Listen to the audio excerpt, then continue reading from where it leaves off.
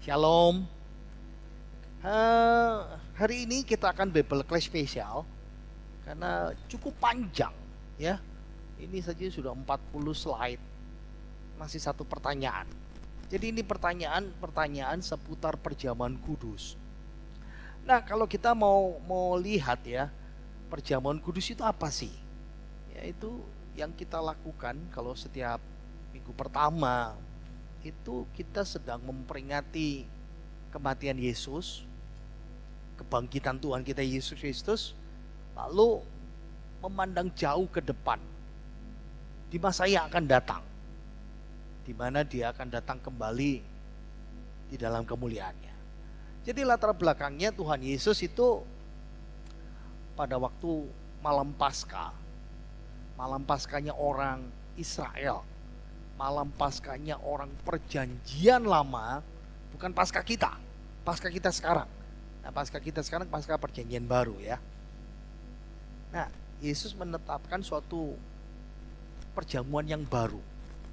Jadi di atas perayaannya Paskahnya orang Yahudi, lalu Yesus menetapkan suatu perjanjian yang baru, perjamuan yang baru, yang bermakna yang selalu kita peringati tiap orang Kristen, tiap gereja.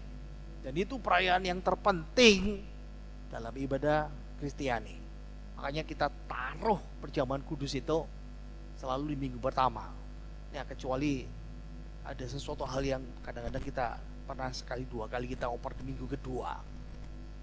Dan saya melihat memang jemaat kalau perjamuan suci, wah 80-90% datang semuanya.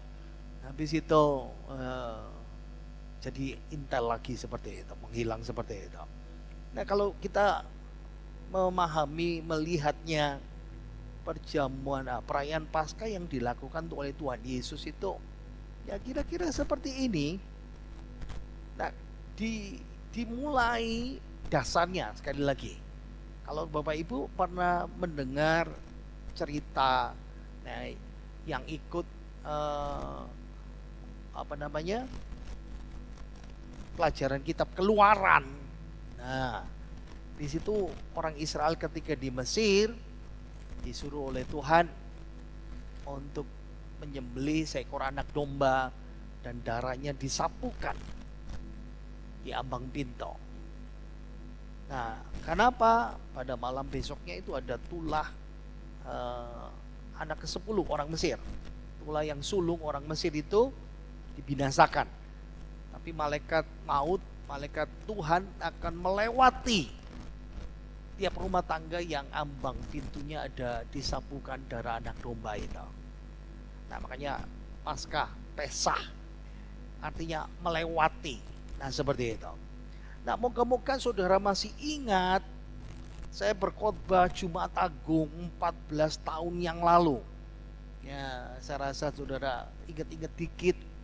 Kadang-kadang Bibelkes saya keluarkan juga. Nah, kalau yang nggak pernah tahu, ini Paskah original pada masa Tuhan Yesus 2000 tahun yang lalu. Nah, mereka merayakan namanya seder. Ya. Oh, sederhana. Enggak. Seder itu bahasa Ibrani. Seder itu artinya urutan. Jadi harus ada urutan tertentu untuk merayakan, memakan perayaan Paskah itu. Nah, agak berbeda. Biasanya kalau ibadah misalnya hari raya pendamaian, orang Israel harus pergi ke Bait Allah. Tapi perayaan Paskah orang Israel itu dilakukan di rumah. Nah, dari perayaannya yang seperti yang tadi itu. Nah, urutannya yang pertama matsah. Jadi ini kalau dalam bahasa Ibrani terjemahnya roti tidak beragi. Ya, ingat ya, orang Israel karena terburu-buru malam itu mengambil adonan yang tidak diragi, lalu mereka bawa malam-malam. Dan di dalam kitab Keluaran Ulangan disebutkan, lakukan ini setiap kali kamu merayakan Paskah. Jadi harus mereka harus pakai dengan roti tidak beragi. Kalau sekarang ini tidak boleh diuleni lebih dari 15 menit. Karena itu ada apa namanya, peragian secara alami. Ada istilah namanya Bedikat Hamets. Semua yang berbau-bau ragi kayak vermipan dan semuanya itu mesti dibuang jauh-jauh. Nah, kalau saudara masih ingat perjamuan suci tahun 2015, yang ikut melayani, ada roti yang kayak kebin gede saya bawa dari Israel. Itu roti tidak beragi yang mesti dipecah-pecahkan. Nah itu lalu dibagi. Kita pernah makan roti tidak beragi yang seperti ini ya. Nah, kalau misalnya soft matzah, nah ini kalau sudah lihat kayak roti Maryam, ya seperti itulah ya. Ada yang di model panggang ya, macam-macam. Jadi roti tidak beragi itu dimakan dulu, lalu ada pesah. Pesah itu telur, bisa dipanggang, bisa direbus ya, melambangkan musim semi. Lalu ada haroset. Nah ini campuran macam-macam, biasanya biji-bijian. Bergantung ya, ada kenari, ada anggur, mau kayu manis, apel. Kadang-kadang mereka ganti dengan macam-macam ya. Tapi haroset ini menggambarkan penderitaan orang Israel ketika disuruh membuat batu bata.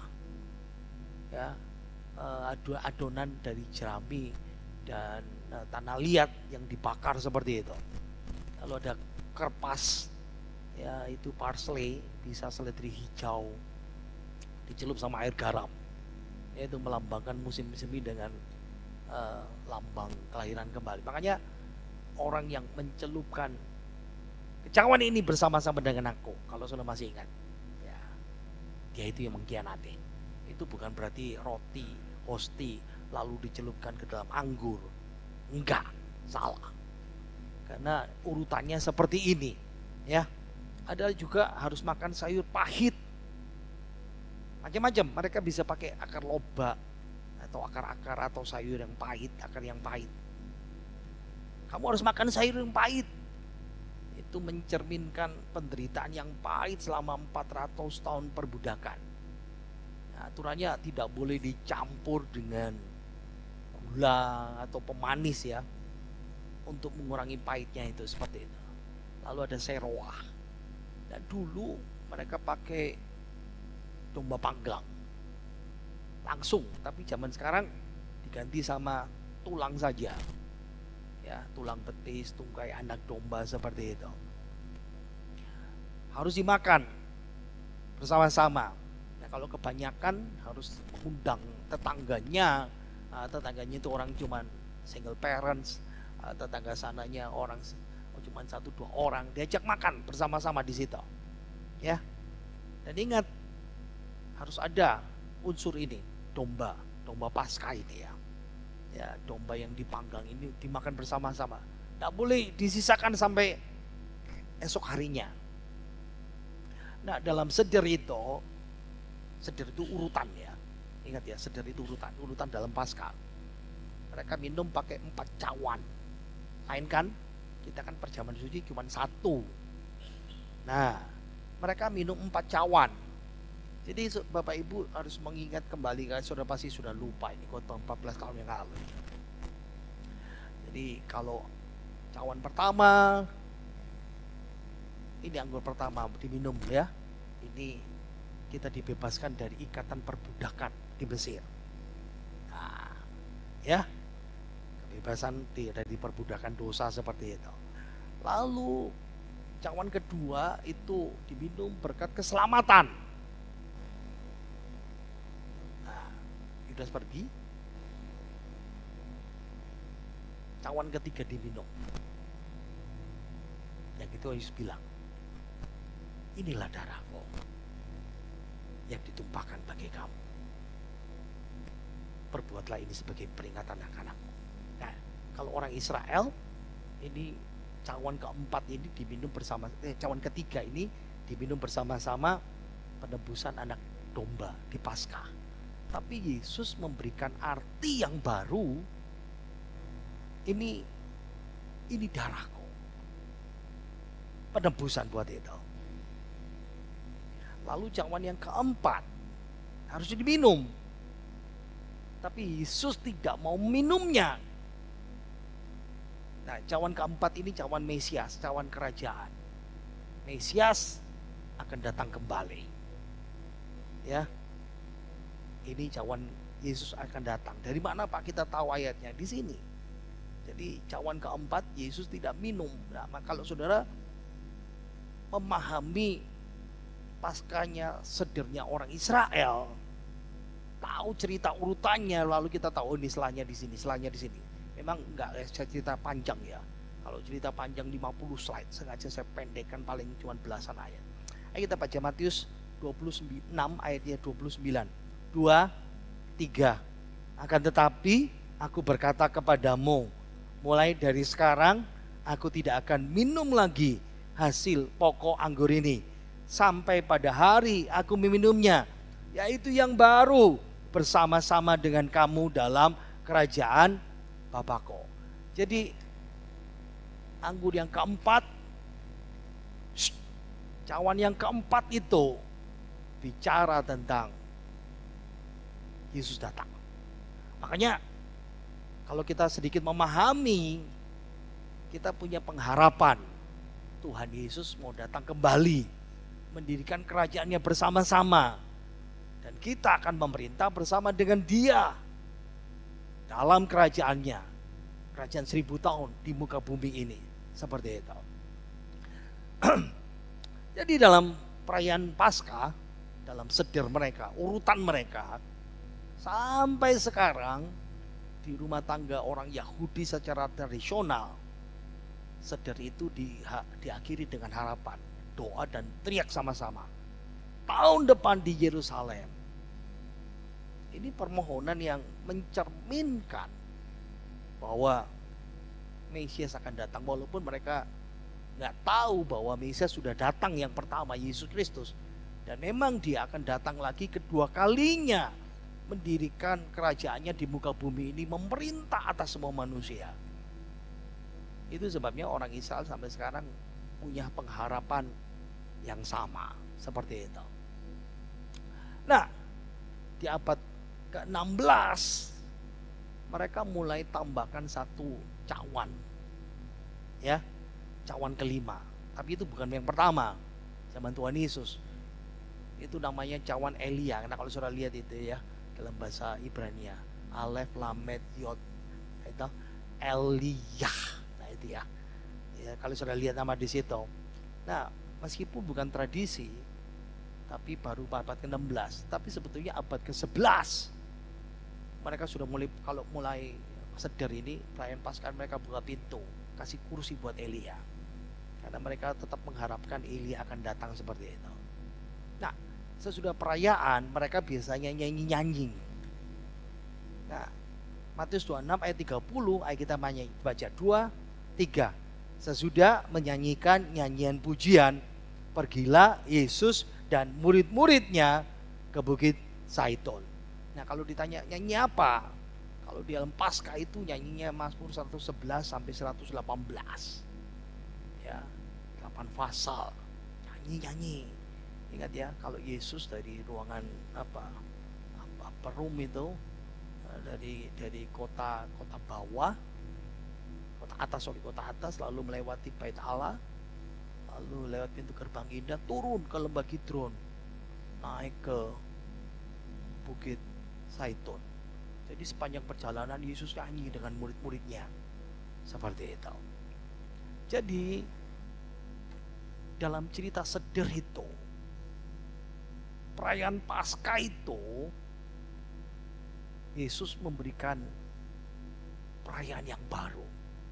Yesus memberikan arti yang baru dan sangat-sangat orang Kristen kenal. Ini ayo kita baca ya. Lukas 22 ayat yang ke-19. 2, 3. Lalu ia mengambil roti, mengucap syukur, memecah-mecahkannya dan memberikannya kepada mereka. Katanya, inilah tubuhku yang diserahkan bagi kamu. Perbuatlah ini menjadi peringatan akan aku. Nah, ingat ya, matzah yang tadi itu lihat ya, kalau dulu biasanya bulat, itu dipecah-pecah. lalu dibagikan sama muridnya. Makanya saya ngajarin saudara, nah, kalau saudara suka ke gereja jajan itu ya, angkat roti perjamuan, bukan ke roti yang kita pecah-pecahkan kletak-kletak KPW kayak hobi jajan gitu, moto itu saudara ya. Nah, kalau dipecah mesti dibagi, dibagi buat yang lain. Kita sudah dapat kecil, jadi tidak usah dipecah lagi. Ini kan dulu pada waktu perayaan Paskahnya orang Yahudi karena besar. Tapi orang Yahudi biasanya susun 3, ya. Nah, kalau jadi orang Yahudi jadi Kristen itu langsung paham. Oh, ini Bapa, Putra, Roh Kudus. Dan yang betul, yang dipecah itu yang tengah. Allah Bapa, Allah Anak, Roh Kudus. Yang dipecah ini, ya ini dipecah pasca ini. Kalau yang pecah itu namanya afikonen bahasa Ibraninya. Jadi kalau mereka sudah percaya Yesus bertobat lalu mereka nyantol, loh kok semua ceritanya persis sama. Yang dipecahkan itu anak domba, Yesus pribadi kedua. Ayat selanjutnya 2, 3. Demikian juga dibuatnya dengan cawan sesudah makan. Ia berkata, cawan ini adalah perjanjian baru oleh darahku yang ditumpahkan bagi kamu. Nah, ingat, cawan ketiga itu yang dibuat Yesus. Kalau cawannya ketiga dalam dalam sedernya orang Yahudi, ini penebusan oleh anak domba. Anak domba yang darahnya disapukan. Yesus memberikan arti yang baru. Di sini Yesus menghubungkan unsur roti, anggur, itu tubuh dan darahnya sendiri. Kenapa? Besok dia disalib. Jadi dia memberikan arti yang baru buat murid-muridnya. Dan itu sebabnya kenapa Paskahnya orang Yahudi itu kok jadi samaan-samaan kita. Tapi kita tidak merayakan keluar dari Mesir. Kita tidak pakai upacara seder mereka. Kita hanya fokus tubuh dan darah Yesus. Nah, itu artinya seperti itu. Jadi Yesus mendefinisikan ulang roti yang kita pakai sekarang hosti. Pak, boleh nggak pakai roti tawar? Terserah. Bahkan di daerah-daerah terpencil tidak ada roti. Pakai telo, puhung gitu ya. Walaupun ahli teologi mengatakan nggak boleh. Tapi ingat, nilai utamanya di situ ya. Roti dan cawan. Nah, bagaimana di daerah-daerah terpencil yang tidak punya anggur? Makanya mereka kadang-kadang ganti. Terserah gantinya apa saja. Ya, yang mereka anggap berharga itu ya. Nah, dalam perjamuan Paskah PL untuk menunjukkan dirinya sendiri di perjanjian baru. Menunjukkan bahwa kematiannya adalah penggenapan akhir dari segala rencana penebusan Allah. Itu sebabnya zaman sekarang kita perjamuannya cuma ini saja.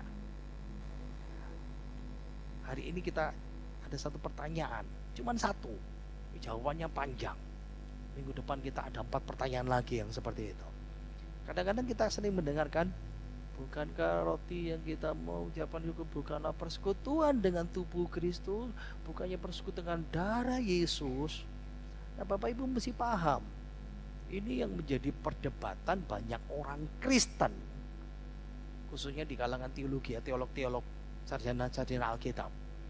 Itu kesatuan dengan Kristus itu seperti apa?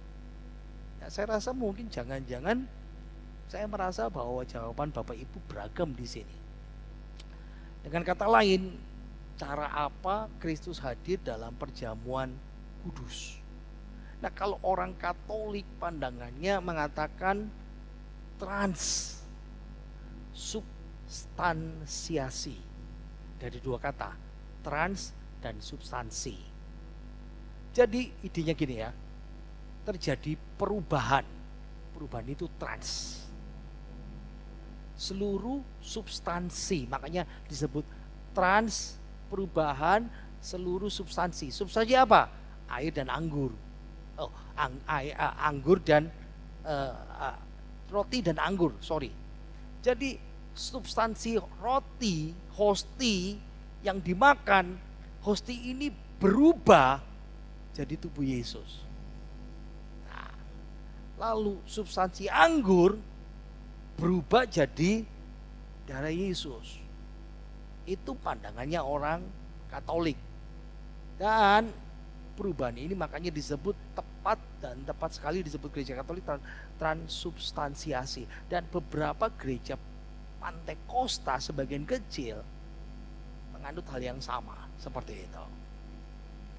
Jadi ingat ya, gereja Katolik Roma ngajarin yang memimpin harus imam yang sudah ditabiskan. Nanti kita bahas, itu pertanyaan keempat atau ketiga atau keempat. Minggu depan kita jawab. Nah, gereja Katolik ngajar yang mimpin harus imam. Imam itu sudah ditabiskan.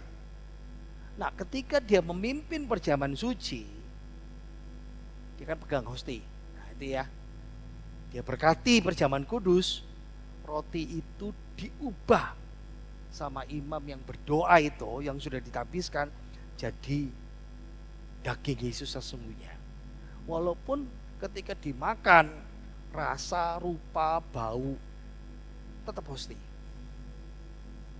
Dan ketika dia memberkati cawan anggur itu, diyakini anggur itu berubah jadi darah Yesus sesungguhnya. Meskipun penampilannya dirasa ya tetap anggur, aroma rasanya semuanya ya tetap anggur. Ada seorang yang bernama John O'Brien ya, di Roman Catholicism ya, dia berkata begini, misa khususnya perjamuan suci, kalau mereka bilang komuni, dengan warna-warni jubahnya dan upacara yang nyata. Jadi komuninya, perjamuan suci mereka itu seperti pelaksanaan ulangan, mengulangi secara dramatis apa yang Yesus lakukan di Kalvari, tapi tanpa darah. Pelan-pelan.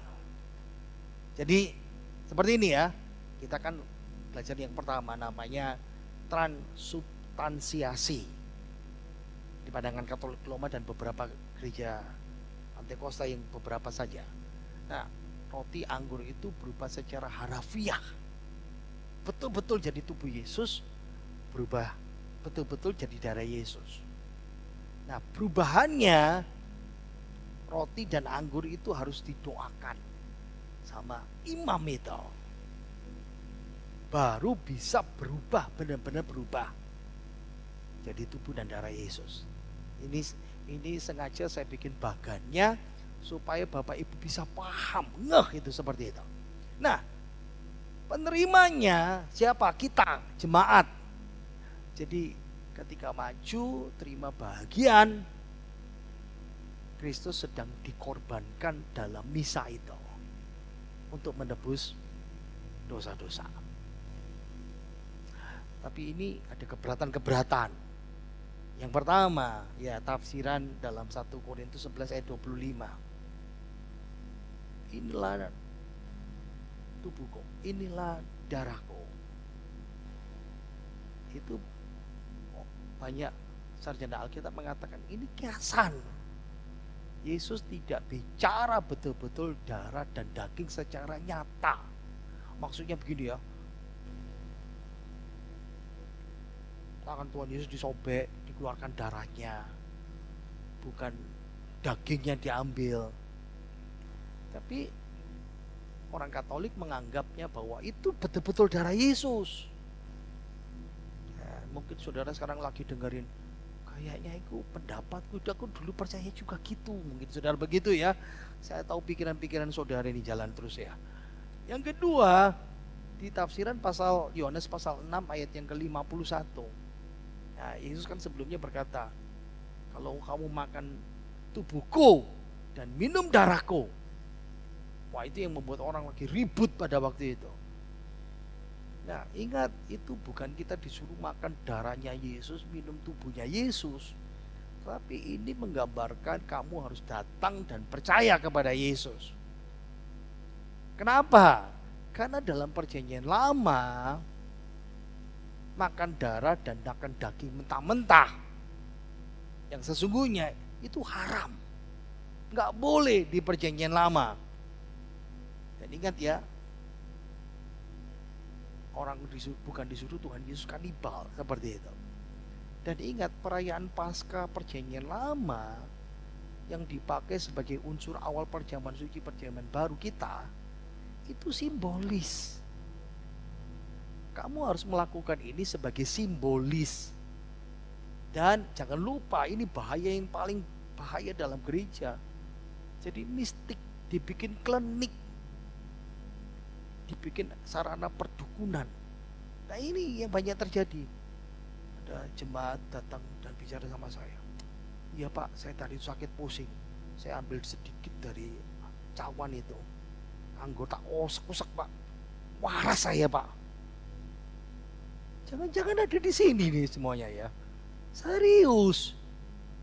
Ada yang datang lagi. Saya itu kemarin tuh sakit Pak mata. Udah tak minum Pak. Ini serius, ada orang datang sama saya. Jadi tak ambil, tak usek-usek Pak di mata Pak. Terus dalam nama Yesus, waras. Ini bahaya klinik-klinik ini sini saudara ya. Nah, kalau dikatakan tadi itu, misah itu, waktu perjamuan kudus itu ingat ya, pengulangan apa yang Yesus lakukan di Kalvari. Nah, kalau ini pengulangan, berarti kita meyakini bahwa keselamatan Tuhan Yesus di atas Kalvari 2000 tahun yang lalu, kalau diteruskan lagi setiap kali perjamuan suci, berarti belum sempurna keselamatan Tuhan Yesus itu. Lalu lahirlah pandangan ketandingan. Pandangannya Lutheran. Namanya kon. Lain ya, tadi itu trans, perubahan, substansi. Ini kon, bersama-sama dengan substansi. Jadi roti dan anggur atau komuni perjamuan suci secara rohani. Nah, sekarang secara rohani ini daging dan darah Yesus. Namun roti dan anggur sebenarnya tetap roti sama anggur. Seperti itu. Jadi ini namanya konsubstansiasi. Jadi roti, anggur itu berisi dari Yesus tapi tidak berubah secara harafiah seperti orang Katolik. Tapi Kristus secara aktual, secara fisik hadir di dalam atau bersama-sama atau dengan, itu istilah kon, dan dibawa unsur roti dan anggur. Jadi penerima atau jemaat ketika terima itu, dia terima pengampunan dari dosa dan konfirmasi dari imannya melalui bagian unsur-unsur itu. Tapi harus menerimanya dengan iman. Ada keberatan karena pengikutnya mengatakan sedikit protes. Kok mirip-mirip ya sama transubstansiasi? Ya serupa tapi tidak sama. Jadi Luther yang ngajar, Martin Luther yang ngajar, ini tubuhku itu yaitu kehadiran Yesus secara fisik. Tapi Yohanes Zwingli dia berkata, ingat ya, ketika Tuhan Yesus berkata, aku adalah pintu, aku adalah gembala yang baik, aku adalah pokok anggur. Itu kiasan,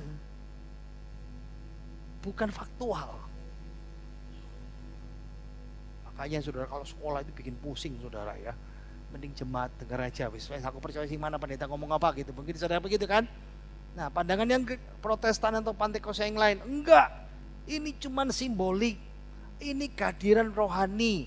Ini cuman memorial, peringatan saja. Jadi saya keluarkan pandangannya. Kalau Reform dan gereja Presbyterian itu, gereja apa itu Pak? Ya GKI, GKJ, ya seperti itu ya. Kristus tidak hadir secara harafiah, hadir dalam unsur-unsur itu, tapi secara rohani. Jadi jemaat yang berpartisipasi menerima anugerah lewat perjamuan kudus itu, seperti itu. Tapi keberatan lagi karena John Calvin yang ngajar ya, dibilang gak konsisten. Kamu ngajarnya gak konsisten. Waktu kamu debat sama Katolik Roma dan Lutheran, kamu menyangkal substansi. Wah, ini gak substansi, ini bukan fisik.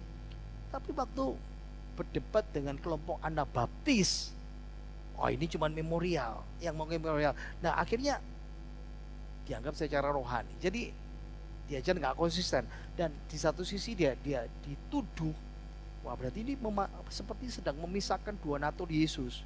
Yesus kan manusia sejati, Allah sejati, itu seperti Nestorian. Calvin bilang aku nggak pisahkan, tapi aku bedakan. Nah lalu ada pandangan yang berikutnya, gereja-gereja Baptis, gereja-gereja Mennonite, mereka bilang ini cuman memorial, peringatan. Jadi di perjamuan suci itu nggak ada Yesus hadir secara fisik, secara rohani juga nggak ada. Jadi jemaat datang cuman perjamuan suci itu memperingati saja. Ulrich Zwingli ya, yang reformator Swiss, yang mencetuskannya tidak ada kehadiran fisik, rohani. Ya, persekutuan spiritual. Anabaptis sama seperti Zwingli, menolak persekutuan secara spiritual. Beda ya sama yang Zwingli seperti itu. Nah, memang ada keberatan-keberatan. Masa cuman hanya simbolik? Masa hanya perbedaan pandangan, tidak ada persekutuan secara rohani dalam Kristus dalam perjamuan ini? Makanya kalau ditanya saudara, mana yang harus kita pegang? Apa sih pengertian persatuan dalam perjamuan kudus itu? Saya mau baca, saya ajak saudara baca Ibrani 10 ayat yang ke-10. Kita baca 2, 3. Dan karena kehendaknya inilah kita telah dikuduskan satu kali untuk selama-lamanya oleh persembahan tubuh Yesus Kristus. Jadi yang kita baca di Ibrani 10 ayat yang ke-10 ini, Yesus itu 2000 tahun lalu mati di Kalvari, mati satu kali untuk selama-lamanya. Enggak perlu diulang-ulangi. Berarti kita paham. Jadi perjamuan kudus itu tidak mengulangi pengorbanan Kristus, tapi mengkomunikasikan manfaatnya buat orang percaya. Ya, kita sedikit menolak karena mengatakan apakah jadi darah sungguhan, jadi anggur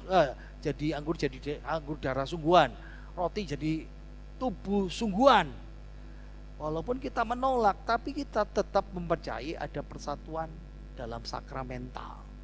Apa itu sakramental? Saya keluarkan dulu ya, yang di bawah saja. Lihat yang kotak hitam. Sakramen itu upacara atau ritual keagamaan. Nah, sakramen itu dari bahasa Latin namanya sacramentum. Dulu kalau orang melewati suatu upacara dengan penuh hikmat disuruh sumpah, itu namanya sakramentum. Jadi ketika saudara ibadah ini, kita ini sedang bersumpah setia dengan hikmat di hadapan Tuhan. Tapi kita kan suka main-main, kebaktian main HP, scrolling aja terus saudara yo. Macam-macam seperti itu. Ingat ya, skarare itu menguduskan, sakar itu suci. Lalu bahasa Latin, bahasa Kristen dari Yunani mysterion. Balik lagi. Ayo kita baca 1 Korintus 10 ayat 16. 2, 3. Bukankah cawan pengucapan syukur yang atasnya kita ucapan syukur adalah persekutuan dalam darah Kristus? Bukankah roti yang kita pecah-pecahkan adalah persekutuan dengan tubuh Kristus? Ingat, tiap kali perjamuan suci, para singer di sini, WL di sini sudah pasti lihat catatan saya di situ. Saya kutip ayat Alkitab, saya baca.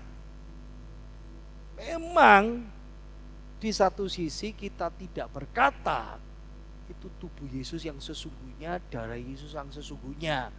Tapi kita mempercayai ini persekutuan secara ibadah keagamaan, ritual keagamaan. Kita sedang bersatu. Bukan berarti hanya peringatan, memorial saja. Enggak. Kita tolak itu. Karena perjamuan kudus itu persekutuan yang sejati dengan apa yang Yesus sudah lakukan 2000 tahun lalu yang memberi kita keselamatan. Makanya mesti sungguh-sungguh perjamuan suci itu. Dan Paulus juga memperingatkan, kalau kamu main-main dalam perjamuan suci dengan cara yang tidak layak, yang ini dikatakan. Ayo kita baca. Pasal 11 ayat 27. 2, 3. Jadi barang siapa dengan cara yang tidak layak makan roti atau minum cawan Tuhan, ia berdosa terhadap tubuh dan darah Tuhan. Jadi menekankan perjamuan kudus itu ada sesuatu yang lebih dari simbolik. Gak bisa. Bukan hanya memorial. Tapi ada sesuatu yang kita pertaruhkan dalam kehidupan kita. Kalau kita tidak mengakui tubuh dan darah Tuhan. Seperti itu. Jadi kesimpulannya sederhana. Kita menyeimbangkan. Yang satu hanya menekankan tubuh dan darah yang sungguhnya ini pengulangan Kalvari. Yang satu berkata enggak, ini simbolis. Yang satu berkata enggak, ini cuman rohani dan macam-macam.